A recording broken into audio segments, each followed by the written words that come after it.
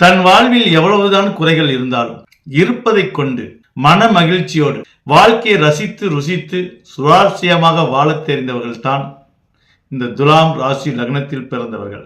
துலாம் ராசி லக்னத்தில் பிறந்த ஆண் பெண் அனைவருக்கும் இயற்கை ஜோட சார்பாக என் இதயங்கணிந்த வணக்கத்தை தெரிவித்துக் கொள்கிறேன். காலபுருஷ தத்துவப்படி 7ஆம் இடம் இந்த துலாம் ராசி. 7ஆம் இடம் என்றால் கலத்திரஸ்தானம். இருமனங்கள் கூடி ஒரு மனமாக இணையக்கூடிய இடம் இந்த துலாம் ராசி. இந்த துலாம் ராசியில் சுக்கிர பகவான் ஆட்சி பெறக்கூடிய இடம், சனி பகவான் உச்சம் பெறக்கூடிய இடம், சூரியன் நீச்சம் பெறக்கூடிய இடம். சூரியன் இந்த 7ஆம் இடத்தில் நீச்சம் பெறுவதால் தான் என்னவோ துலாம் ராசியில் பிறந்த ஆணாக இருக்கட்டும் பெண்ணாக இருக்கட்டும் தன்னுடைய திருமணத்துக்கு பிறகு பிறந்த வீட்டில் இவர்கள் இருக்க முடியாது. அது ஏன் என்றால் இவர்கள் புதிய சகாப்தம் படைக்க வேண்டும் என்பதற்காகத்தான். சனி பகவான் உச்சம் பெறுவதால் என்னவோ இவர்கள் எப்பொழுதும் நீதிக்கும் நேர்மைக்கும் சொந்தக்காரனாக இருக்கிறார்கள். பொய்யானவர்களாக இருக்கட்டும் திருடர்களாக இருக்கட்டும் யாராவது ஏதாவது தவறு செய்துவிட்டு இவர்களுடைய முதுகுக்கு பின்னால் ஒளிய முடியாது. நான் கொஞ்சம் ஒளிஞ்சுக்கிறேன் யார்ட்டையும் சொல்லாத என்று அவர்கள் ரிக்வெஸ்ட் வச்சு கேட்டால் கூட அந்த நேரம் மனம் சம்மதித்தும் சம்மதிக்காமலும் என்னடா பண்றது என்று தர்ம சங்கத்தோடு ஊன்னு சொல்ல மாட்டாங்க, ஆண் சொல்ல மாட்டாங்க. ஆனா இவர்களை நம்பி அவர்கள் பொய்யானவர்கள் ஒளிந்து விட்டால் நிச்சயம் அவர்களை தேடி வருபவர்களிடம் இவர்கள் எப்படியும் கண்ஜாடையாக காட்டி கொடுத்துடுவார்கள் அல்லது கைஜாடையாக காட்டி கொடுத்துடுவார்கள். ஆனால் ஒளிந்தவர்கள் உண்மையானவர்கள் என்று தெரிந்தால், வர்றவர்கள் பொய்யானவர்கள் என்று இவர்கள் தெரிந்துவிட்டால் தன் உயிரே போனாலும் அவர்களை காட்டி கொடுக்க மாட்டார்கள். அவர்களுக்காக இவர்களே பலியாவார்கள். அந்த அளவுக்கு துலாம் ராசிக்காரர்கள் உண்மைக்கும் சத்தியத்துக்கும் பெயர் வாங்கி கொடுக்கக்கூடியவர்கள் இந்த துலாம் ராசிக்காரர்கள். அப்படிப்பட்ட துலாம் ராசிக்கு பஞ்சம சனி விலகல் ஆகிறது. பஞ்சம சனி என்றால் 5ஆம் இடத்து சனி. இந்த 5ஆம் இடத்து சனியால் உங்களுடைய குழந்தைகளுக்கு மருத்துவ விரயங்கள் ஆகிக்கொண்டு இருந்தது. இனி அது நீங்கி உங்கள் குழந்தைகள் ஆரோக்கியமாக திகழப் போகிறார்கள். ஒரு சிலருக்கு பூர்வீக சொத்துக்கள் கிடைத்திருக்கும். ஆனால் பெரும்பாலானோருக்கு வாக்குவாதம் தான் ஏற்பட்டிருக்கும். கணவன் மனைவிக்கிடையே ஒரு சில சிறு சிறு வாக்குவாதங்கள் ஏற்பட்டிருக்கும். ஆனால் அது மிகப்பெரிய பிளவாக ஏற்பட்டிருக்காது. ஏதோ ஒரு சிலருக்கு மட்டும்தான் மிகப்பெரிய லெவலில் பாதிப்பு ஏற்பட்டிருக்கும். மீதம் 90% பேருக்கு எந்த பாதிப்பும் இருக்காது. ஒரு சில வாக்குவாதத்தோடு இனி 5ஆம் இடத்திலிருந்து 6ஆம் இடத்தில் செல்வதால் அந்த வாக்குவாதம் குறைந்து 6ஆம் இடத்தில் செல்லக்கூடிய சனி பகவான் இனி அதிர்ஷ்ட சனியாக மாறப்போகிறார். இன்னும் கொஞ்ச நாட்களில் 2025 மார்ச் மாதம் 29ஆம் தேதிக்கு மேல் கிட்டத்தட்ட ஏப்ரல் மாதம் என்று எடுத்துக்கொள்ளலாம். ஏப்ரல் மாதத்துக்கு மேல் உங்களுக்கு அடிக்குது அதிர்ஷ்டம். 6ஆம் இடத்தில் வரக்கூடிய சனி பகவான் 3ஆம் பார்வையாக 8ஆம் இடத்தையும் 7ஆம் பார்வையாக 12ஆம் இடத்தையும் 3ஆம் இடத்தையும் பார்ப்பார். மற்ற ராசிக்கு 3ஆம் இடத்தை சனி பகவான் பார்த்தால் முயற்சி ஸ்தானம் கெட்டு போகும். ஆனால் துலாம் ராசிக்கு அப்படியல்ல. 3ஆம் இடத்தை பார்க்கும் பொழுது உங்கள் முயற்சிகள் இன்னும் மேலோங்கும். 3ஆம் இடம் சகோதர ஸ்தானம், அதில் சில பாதிப்புகள் ஏற்படக்கூடும். 8ஆம் இடம் கர்ணம் தப்பினால் மரணம் என்ற ஆயுள்காரகனிடம் ஆயுள் இடத்தை சனி பார்ப்பதால் திடீரென்று புதையல் போல் ஏதாவது உங்களுக்கு ஒரு லக்கு கிடைக்கும். அது எந்த வழியில் கிடைக்கும் என்று நிர்ணயிக்க முடியாது. அதுதான் திடீர் என்ற ஒரு சம்பவம். எதுக்கு ரோட்ல போகும்போது கொஞ்சம் கவனமாக கீழே பார்த்துட்டு போங்க. சொல்ல முடியாத அதிர்ஷ்டம் எப்படியானா வரும். இது கேட்பதற்கு சிரிப்பாக இருக்கலாம். ஆனால் வரக்கூடிய 2.5 வருடம் உங்களுக்கு பொன்னான காலமாக அதிர்ஷ்டமான காலமாக அமைய போகிறது. தற்போது குரு பகவான் 8ஆம் இடத்திலும் 5ஆம் இடத்தில் சனி பகவானும் 6ஆம் இடத்தில் ராகு பகவானும் சஞ்சரித்துக் கொண்டிருக்கிறார். நீங்கள் எவ்வளவுதான் முயன்று அயராது ஓடி ஓடி உழைத்தாலும் ஒற்ற மண்ணுதான் ஒட்டும் என்பது போல இந்த நேரத்தில் உழைப்புகள் அதிகம், வருமானம் குறைவு என்றுதான் அடித்து சொல்ல வேண்டும். உங்களுடைய முயற்சிக்கேற்ற உழைப்புக்கேற்ற வருமானம் தற்போது இல்லை. ஆனால் மார்ச் மாதம் 29ஆம் தேதிக்கு மேல நீங்கள் எண்ணியதெல்லாம் நிறைவேறும். உழைப்புகள் குறைவாகும், லாபங்கள் பன்மடங்கு ஏறும். சிலருக்கு அசையா சொத்துக்கள் கூட கிடைக்கும். துலாம் ராசி துலாம் லக்னத்தில் பிறந்தவர்கள் நோய்வாய்ப்பட்டிருந்தால் நிச்சயமாக ஏப்ரல் மாதத்துக்கு மேல நல்ல குணமாகி வீடு திரும்புவார்கள். இதுவரை யாரெல்லாம் உங்களை எதிர்த்து கொண்டிருந்தார்களோ எதிரிகள் விலகிவிடுவார்கள், கஷ்டங்கள் விலகிவிடும், நஷ்டங்கள் விலகிவிடும். பொதுவாக துலாம் ராசிக்காரர்கள் மூளை பலம் கொண்டவர்கள். இவர்கள் உழைப்பெல்லாம் டெக்னீசியம் சார்ந்துதான் இருக்கும், கலை சார்ந்து இருக்கும். ஏதோ ஒரு சிலர் தான் கடுமையாக உழைக்கக்கூடிய விவசாயியாக இருப்பார்கள். ஆனால் 90% பேர் வியாபாரியாகத்தான் இருப்பார்கள்.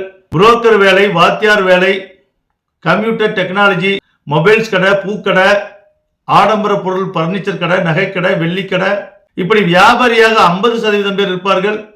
அரசாங்க உத்தியோகத்தில் 30% பேர் இருப்பார்கள். ஆக 20% பேர் தான் ஏதோ கொஞ்சம் கஷ்டப்பட்டு கொண்டிருப்பார்கள்.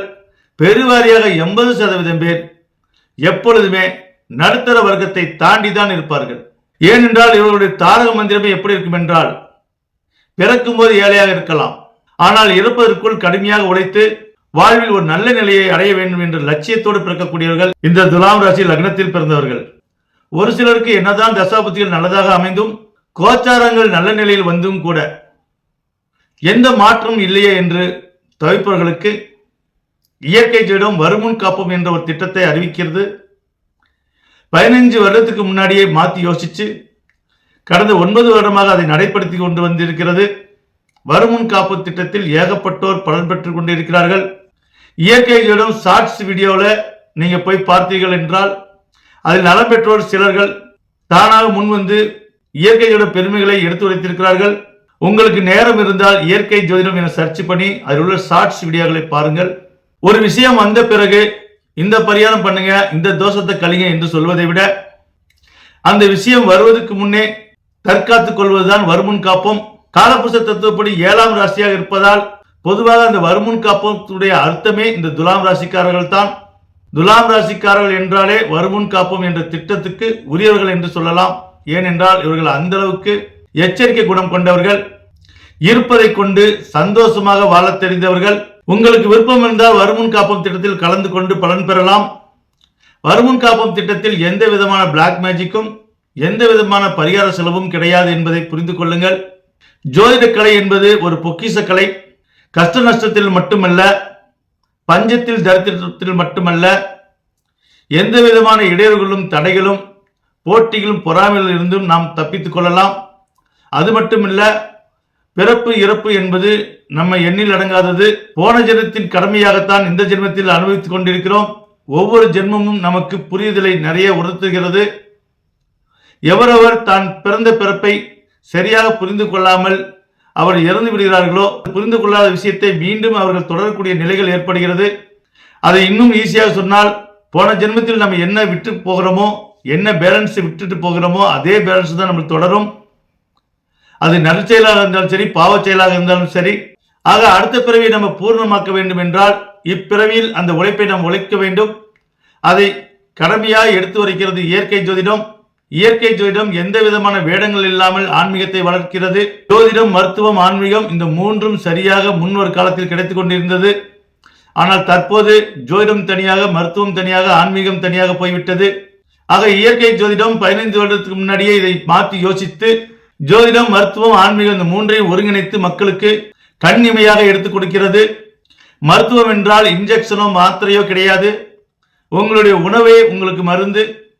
உங்களுடைய கிரக நிலைக்கு ஏற்ப உங்களுக்கு சந்திரன் வீக்கா இருக்கா, சூரியன் வீக்கா இருக்கா, சுக்கிரன் வீக்கா இருக்கா, குரு கிரகம் வீக்கா இருக்கான்னு எந்த கிரகம் வீக்கா இருக்கு என்று பார்த்துவிட்டு, எந்த கிரகம் உங்களுக்கு உச்சமா இருக்கிறது, எந்த கிரகம் உங்களுக்கு ஆட்சியாக இருக்கிறது என்று நிர்ணயித்து விட்டு அதுக்கு தகுந்த மாதிரி உங்க உணவு வகைகளை நீங்கள் மாற்றிக்கொண்டால் உங்களுக்கு உடல் ஆரோக்கியம் மட்டுமல்ல, அந்த உணவால் அதிர்ஷ்டம் கிடைக்கும். ஏனென்றால் தானியங்களாக இருக்கட்டும், காய்கறிகளாக இருக்கட்டும், உலகத்தில் எந்த பொருளாக இருக்கட்டும், அணுகிரகங்களில் ஆட்சி பெற்றிருக்கும் அந்த பொருள்கள் மேல் பொதுவாக இரும்பு எடுத்துக்கொண்டோம் என்றால் சனி கிரகம், வெள்ளி எடுத்துக்கொண்டோம் என்றால் சுக்கிர கிரகம், தங்கம் எடுத்துக்கொண்டோம் என்றால் குரு கிரகம், செம்பு எடுத்துக்கொண்டோம் என்றால் செவ்வாய் கிரகம், அதே போல் சிவப்பு சோளம் செவ்வாய் கிரகம், நெல் சந்திர கிரகம், கோதுமை சூரிய கிரகம் என இப்படி ஒவ்வொரு கிரகம் ஆதிக்கம் கொண்டதுதான் ஒவ்வொரு பொருளும். உங்களுடைய உடல் வாக்குக்கு எந்த வகையான உணவுகளை நீங்கள் சாப்பிடலாம், அது எப்படி உங்களுக்கு அதிர்ஷ்டமா மாறும் என்றெல்லாம் இயற்கை ஜோதிடம் உங்களுக்கு எடுத்துரைக்கிறது. அதற்காக தான் வருமுன் காப்போம் என்ற திட்டத்தை கொண்டு வந்திருக்கிறது. எந்த ஒரு பிரச்சனையும் நம்மளே போகவில்லை என்றாலும் நம்மை தேடி வரக்கூடிய பிரச்சனையை நாம் எப்படி தற்காத்துக் கொள்வது, சூழ்ச்சியிலும் வீழ்ச்சியிலும் நம்மளை எப்படி தற்காத்துக் கொள்வது, நமக்கு என்னதான் டிரைவிங் நல்லா தெரிந்திருந்தாலும் எதிர் வரக்கூடியவர் நல்லா ஓட்டினா தான் நம்ம மேல இடிக்காம இருக்க முடியும். அப்படி எதிரில் வரவனை நாம் எப்படி பேஸ் பண்ணி கடக்கிறது, நம்முடைய ஆத்மா புனித ஆத்மாவை எப்படி மாற்றுவது. ஏனென்றால் பிறப்பு இறப்பு நம்ம கையில் இல்லை என்றாலும் இடைப்பட்ட வாழ்க்கை நம்ம வாழ்ந்துதான் ஆக வேண்டும். இதைவிட எங்கேயுமே நீங்க கேள்விப்படாத ஒரு விஷயம் இருக்கிறது. பொதுவாக ஒருவருக்கு விதித்த ஆயுளையே நம்ம பூர்ணமாக அனுபவிக்க முடியும்.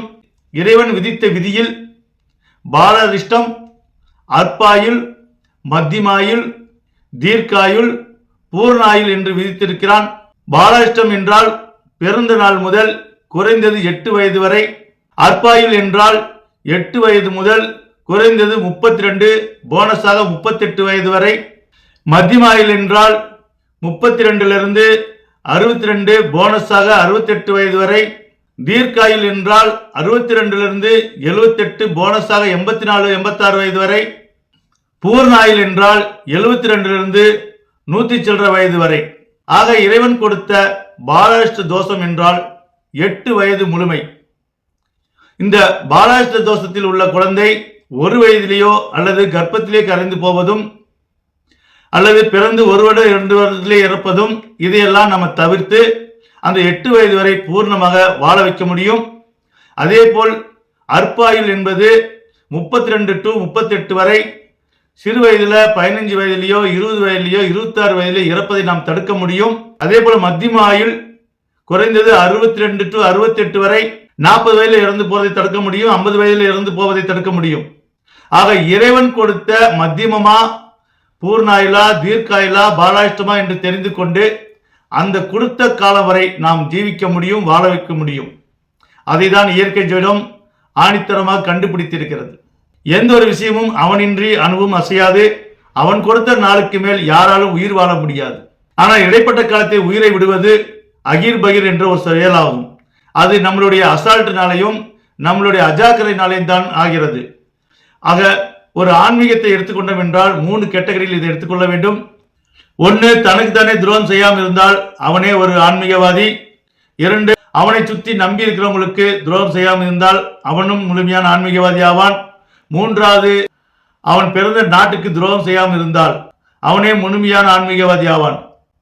ஒரு ஆன்மீகவாதி என்றால் என்னவென்று தெரியாமல் பலரும் பல விதத்தில் அவரவர் மதப்படி கடவுளை தேடி எங்கெங்கோ அலைகிறார்கள். அப்படி அலைய தேவையில்லை. நாம் நடக்கும் நடத்தையிலும் நாம் செய்யக்கூடிய செயலிலும் நம்மளுடைய மன கண்ட்ரோலிலும் கடவுள் நீங்கள் இருக்கும் இடத்தை தேடி வருவார்.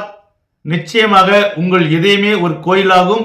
இதயத்தில் கோயிலை வைத்துக் கொண்டு எங்கெங்கோ தேடி அலைவதில் எந்த லாபமும் இல்லை. நிறைய பேருக்கு ஆன்மீகம் என்றால் என்னவென்று தெரியவில்லை. உண்மையான ஆன்மீகம் என்னவென்று தெரியாமல் அவரவர் மதப்படி எப்படியோ கடவுளை வணங்கி கொண்டிருக்கிறார்கள். இருக்கும் இடத்தை விட்டு இல்லாத இடம் தேடி எங்கெங்கோ அலைகின்றாய் யான தங்கமே. இந்த பாடல் வரிகள் போல உன்னுடைய தெய்வம் உன்னுடைய இதயத்தில் இருக்கிறார். இதயத்தில் இருக்கும் கோயிலை விட்டுவிட்டு நீ எங்கெங்கோ எடைக்கு எடை போடுவதால் எந்த லாபமும் இல்லை. இயற்கை ஜோதிடம் கூறும் அறிவுரைப்படி யாரெல்லாம் நடந்து கொள்கிறார்களோ அவர்கள் தன் வாழ்வில் அக்யூஸ்ட் ஆக மாட்டார்கள். அவர்கள் எந்த தவறும் செய்ய மாட்டார்கள்.